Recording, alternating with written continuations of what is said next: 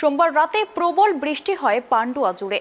তাতেই জল জমে যায় পান্ডুয়ার সিমলাঘর প্রতিভা প্রাথমিক বিদ্যালয়ে।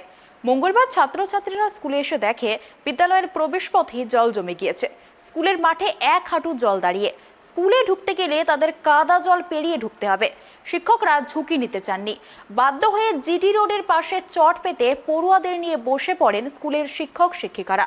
স্থানীয় প্রশাসনের বিরুদ্ধে ক্ষোভ উগরে দেন অভিভাবকেরা। যদিও বেশ কিছুক্ষণ পরে প্রশাসনের সহযোগিতায় পাম্প লাগিয়ে জল তুলে ফেলা হলে শুরু হয় পঠন পাঠন। প্রবল বৃষ্টিতে বিদ্যালয়ের প্রবেশপথে জমে গিয়েছে জল। বিদ্যালয়ে ঢুকতে গেলে যেতে হবে কাদা জল পেরিয়ে।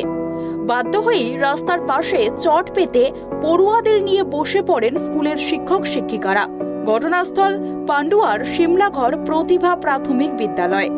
জিটি রোডের পাশে রাস্তায় বসে প্রশাসনের বিরুদ্ধে ক্ষোভ উগরে দেন অভিভাবকরা। অভিভাবকদের অভিযোগ, নিকাশি সমস্যা থাকায় দীর্ঘদিন ধরে এই স্কুলের প্রবেশের পথে জল জমে রয়েছে। স্কুলের সামনের মাঠ রয়েছে, সেখানেও জমে রয়েছে জল। এই নিয়ে একাধিকবার আলোচনাও হয়েছে। স্কুলের প্রধান শিক্ষক বলরাম সাহা নিজে অভিভাবকদের সই সংগ্রহ করে স্থানীয় পঞ্চায়েত, বিডিও ও স্কুল শিক্ষা দপ্তরের কাছে লিখিত অভিযোগ জানিয়েছেন, কিন্তু তাতেও কোনো সুরাহা হয়নি। আজ স্কুলে এসে শিক্ষকরা দেখেন স্কুলে জল জমে রয়েছে। একই ডেঙ্গু বাড়ছে হুগলিতে, পান্ডুয়াতেও মিলেছে ডেঙ্গুর খোঁজ। এই অবস্থায় জমা জল নিয়ে ভাবনা তৈরি হয়। জিটি রোডের পাশে পড়ুয়া ও অভিভাবকদের নিয়ে বসে পড়েন শিক্ষকরা। এটা বহু বছরের সমস্যা। এটা আমরা বিগত 4-5 বছর ধরে আমরা মিটিং করছি। মিটিং করার পরেও আমাদের কোনো কিছু হয়নি। আমাদের হেড স্যার বলরাম সাহা উনি সব জায়গাতেই দরখাস্ত করে আমাদের সাইন নিয়ে, আমরা গার্জেন আমাদের সাইন নিয়ে আমরা সব দরখাস্ত জমা দিয়েছেন। কোন কোন দপ্তরে? বিডিও অফিসে দিয়েছে, পঞ্চায়েতে দিয়েছে, এসআই অফিসে দিয়েছে। তাও কোনো কিছু ব্যবস্থা এখনও পর্যন্ত আজ পর্যন্ত হয়নি। আজকে স্যার স্কুলে এসে দেখছেন এরকম জল জমে যায়। ছাত্রদের নিয়ে, গার্জেনদের নিয়ে সব ওই রাস্তার ধারে একটু বসেছিল অবরোধ করার মতন, যাতে বিডিও ম্যাডাম এসে আমাদের এই জলের নিকাশির ব্যাপারটাকে একটুখানি যাতে ব্যবস্থা করতে পারে। উনি তো আশ্বাস দিয়েছেন যে জলটাকে যা হোক করে আজকে বার করে নিয়ে ব্যবস্থা নেবেন। এবার দেখা যাক কী করে ব্যবস্থা নেয়, উনি কী ব্যবস্থা নিচ্ছেন।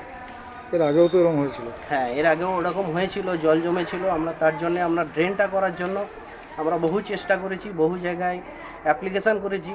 আমাদের এর আগে মেম্বার বলে গেলেন যে আমাদের ওটা স্যাংশন হয়ে গেছে, তাও এখনো পর্যন্ত কোনো কিছু ব্যবস্থা হয়নি। এই প্রসঙ্গে বিজেপির বিদায়ী পঞ্চায়েত সদস্য বিনয় চন্দ্র সোরেন জানিয়েছেন, 3 থেকে 4 বছর ধরে এই সমস্যা। স্কুলের সামনে নিকাশি ড্রেনের জন্য আবেদন করা হয়েছিল।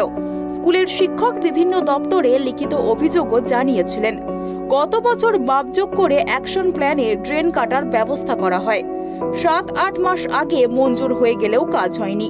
পঞ্চায়েতকে জানানো হলে তারা জানিয়ে দেয় তাদের কাছে ফান্ড নেই, ফান্ড এলে ড্রেন করা হবে। এই স্কুলের সামনে একটা নিকাশি ড্রেনের জন্য আবেদন করা হয়েছিল। সেটা এখানকার যে হেডমাস্টার আছে উনিও বিডিও থেকে, পঞ্চায়েত থেকে সব জায়গায় একবারে লিখিত জমা দিয়েছিল। সেইটার যাই হোক, গত বছর এই জায়গাটার একটা মাপযোগ করে একটা অ্যাকশন প্ল্যানে ড্রেনটাকে তুলানো হয়। সেইটা মোটামুটি প্রায় 7-8 মাস আগের স্যাংশন হয়ে যাওয়ার পরেও কিন্তু এখনও কাজ হয়নি। আর এখনও পর্যন্ত যখনই পঞ্চায়েতকে বলা হচ্ছে, পঞ্চায়েত বলছে কোনো রকমের ফান্ড নেই। তাহলে ফান্ড এলে ড্রেনটা করা হবে। এবার আজকে সেইখানে গতকাল রাত্রিবেলা বৃষ্টি হওয়ার পরে যে জলটা এখন ভরে যাওয়ার পরে এখন নিকাশি নেই। সেই জন্য এখন বাচ্চারা সকালে স্কুলে ঢুকতে পারে না। তখন মাস্টারমশাই এখানে রাস্তার ধারে বাচ্চাদেরকে বসিয়ে একটা বিশাল একটা যাই হোক অশান্তি সৃষ্টি হয়। তারপরে এখনও পর্যন্ত যে বিডিও ম্যাডাম একটা বলেছে যে আজকে তোমরা জলটা বার করে দাও, দেখছি আমরা কি করা যায়, এইটুকুনি একটা আশ্বাস দিয়েছে। এখনও পর্যন্ত ড্রেনটা কোনো রকমই কোনো কিছু কার্যকরী হয়নি। এই যে 5-6 মাস আগে, 7 মাস আগে যে অ্যাকশন প্ল্যানে তোলা হলো, তারপর বিষয়টা তারপর যখনই বলা হচ্ছে ফান্ড নেই, ফান্ড এলে হবে।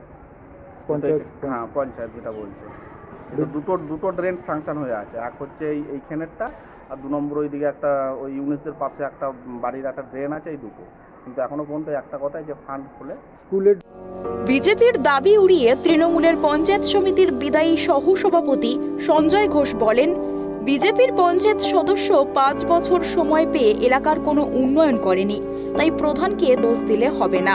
প্রধানের কাছে লিখিতভাবে জানাতে হবে। বিষয়টি খতিয়ে দেখে সমস্যা সমাধানের আশ্বাস দিয়েছেন তিনি। তো মেম্বার হচ্ছে বিজেপির মেম্বার, বিজেপির সদস্য। 5টা বছর সময় পেয়েছে, এলাকা তো কোনো ডেভেলপমেন্ট করেনি, কোনো কাজ করেনি। তখন প্রধানকে তো দোষ দিলে হবে না, প্রধানকে তো লিখিতভাবে জমা দিতে হবে। প্রধান যদি না পারে, আমি পঞ্চায়েত সমিতির সহসভাপতি ছিলাম, আমি তো প্রচুর রাস্তা করে দিয়েছি, নলকূপ করে দিয়েছি, নালা করে দিয়েছি, ড্রেন করে দিয়েছি, জলের বাইপাসগুলো করে দিয়েছি, সবই তো করে দিয়েছি। যেই সব জায়গায় বিজেপি বা সিপিএম সদস্য ছিল সেগুলো কোনো কাজ করেনি, পঞ্চায়েতের খালি প্রধান বা সমিতির দোষ দেয়। কিন্তু আমাদের সরকার মমতা বন্দ্যোপাধ্যায় যা কাজ করেছে, ভারতবর্ষের ইতিহাসে কোনো মুখ্যমন্ত্রী এরকম কাজ করেছে যেটা আমাদের বাংলার মুখ্যমন্ত্রী মমতা বন্দ্যোপাধ্যায় করেছে। তাই এই যে জল জমা বাচ্চারা যেটাই করেছে, এটা যদি আমাকে আগে বলতো বা আমি তো অনেক কাজ করেছি বারবার, এটা সমস্যা হতো না।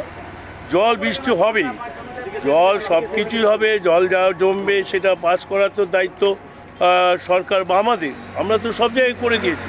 এটা যেরকম হচ্ছে, আমি দেখতে এসেছি, খতিয়ে দেখলাম, তো সমস্যা মিটে যাবে।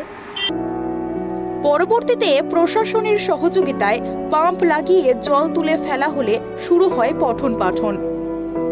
হুগলি থেকে সোমনাথ ঘোষের রিপোর্ট, ট্রাইব টিভি।